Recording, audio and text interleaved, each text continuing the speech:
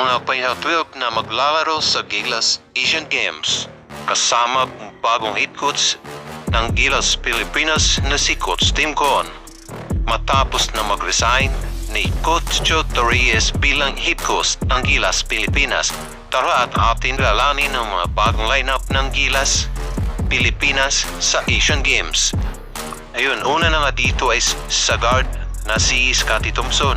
Siya nga po dito ang magiging main point guard ng Gilas Pilipinas. Napitin tayo sa performance ni Thompson sa FIBA dahil sa limitadong oras nito sa court, kaya naman ay aabangan natin ang kanya ipapakita sa darating na Asian Games kasama ang bagong coach na si Coach Tim Con. Ating pangalawa, ito nga po ay si Renz Abando natin na maganda ang pinakita ni Renz Abando sa FIBA, ngunit ay kinulang lamang ito sa playing time.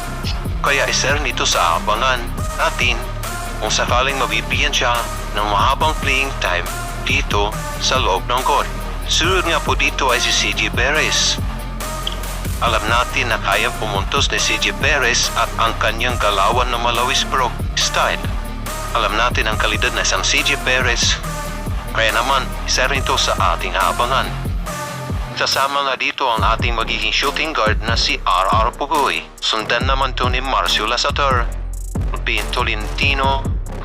Panglima ay si Justin Brownlee. At sa mga big man naman natin, ito ay sina Brandon Mison Imus, Michael Phillips at John Abay Pajardo.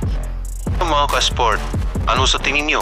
Kakayanin nga ba ng bagong team lineup natin ng Gilas Pilipinas kasama si Coach Tim Con?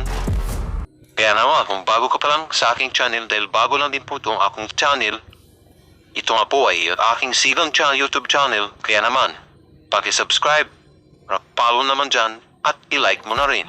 Maraming salamat mga sports, sana inyong nagustuhan ang aking video ito.